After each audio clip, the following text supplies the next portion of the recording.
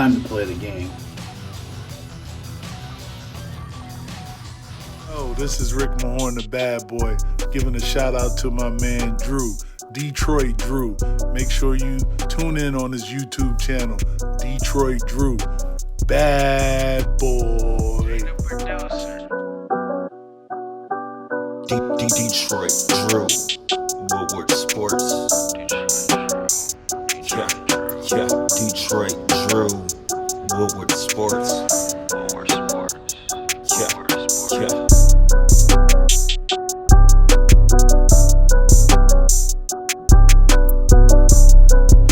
In 8 days, count them, 8 days, the Detroit Pistons get the new face of the franchise.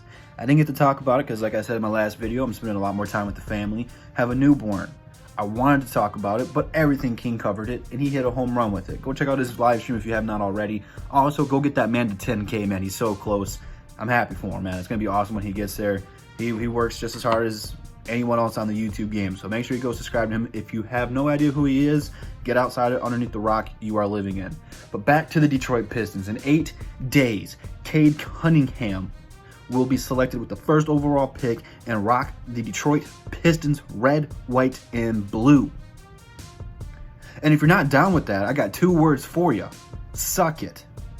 I'm tired of all these Rockets fans with the photoshops and the trade packages and everyone else outside of Detroit saying the Pistons aren't taking K number 1, that they'll take Jalen Green, or they're going to trade down. Not today. Not in 8 days where he gets selected number 1. He was already having a meeting. He was with Sadiq Bey and Casey at the Tigers game. People were chanting, "We want Cade. We want Cade." And you know what?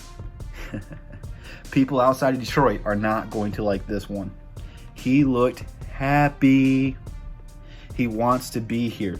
You've seen everyone that has hit up his brother on Instagram and the DMs. Not like the way you're thinking. Get out that your dirty mind, you sick freak. But they're asking him, do you want to come to Detroit? And he said Cade would be so happy to come here. For the first time in many, many years, we have the top pick in the draft.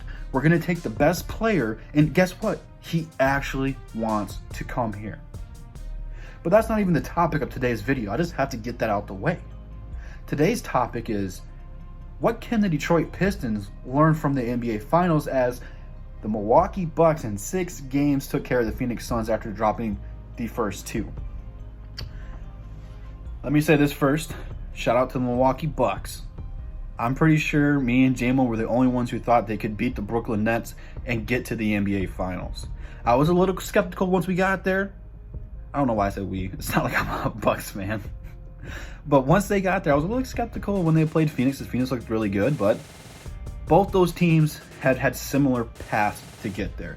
And we're not going to learn so much about the in-game finals because we don't have a Giannis. We don't have a Devin Booker yet. Could Cade become on one of their levels? Potentially. But Giannis is a freak, and that's why it's his nickname for a reason, man. Dropped a 50 bomb. You have to respect the guy, even if you don't like him. But it's not so much about the finals. It's about how both those teams got there. Look at Milwaukee. We'll start with them since they won. They draft Giannis. They trade for Chris Middleton. Both those guys were still very, very young. Giannis was like that big when he came in the league. Chris Middleton, Pistons gave up on him. He was a G League player. Now, through the course of their tenure together, they are both All-Stars. Giannis is a 2-time MVP, Defensive Player of the Year, NBA champion, and now NBA Finals MVP. It didn't happen overnight. And Giannis said it best, man. He could have left. He could have gone and teamed up with Brooklyn or the Warriors or whoever else. He could have gone to LA and played with LeBron and AD. But he said that's the easy way. They took their time. They developed their core. And when the timing was right, they brought in guys like Brook Lopez, who was really good for them.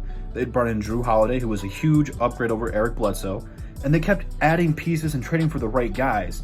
Not like the Pistons have done prior, where you've done that step first and then try to draft. You have to draft first, get that core built up, and then when the timing's right, then you can go out and sign free agents and trade for them. And it's the exact same thing with the Phoenix Suns. They've had Devin Booker for how many years now? Youngest player ever to score 70 in a game. I mean, the kid from Grand Rapids had a phenomenal playoff run this year. Phenomenal. An all-time scoring performance through the whole playoffs. But it didn't start out that way. Phoenix was one of the worst teams, not just in the West, but in the entire NBA. But through multiple coaches and busts and players that never panned out, they finally get DeAndre Ayton. They had a year where they got into the bubble, and they went undefeated in the bubble. And it was at that moment that they knew they needed an upgrade at the point guard position because it was the only thing they lacked, and they signed one of the best point guards in the game, CP3, that got them to the finals. So you have to establish your core, and then once that core is ready, rather if it's getting to the playoffs or deep playoff runs or on the edge of making the playoffs, then at that moment when you do trades and sign big name free agents. Something the Pistons need to learn because it's something we have yet to do through our history. But I don't want to make this a super long video, man. If there's anything you guys think the Pistons can learn from the finals, drop it down below. Instagram, Twitter, DSA members in the description. Check it all out. And I'll see you guys in the next one. And that's the bottom line. Why? What? Because Double D said so. Peace.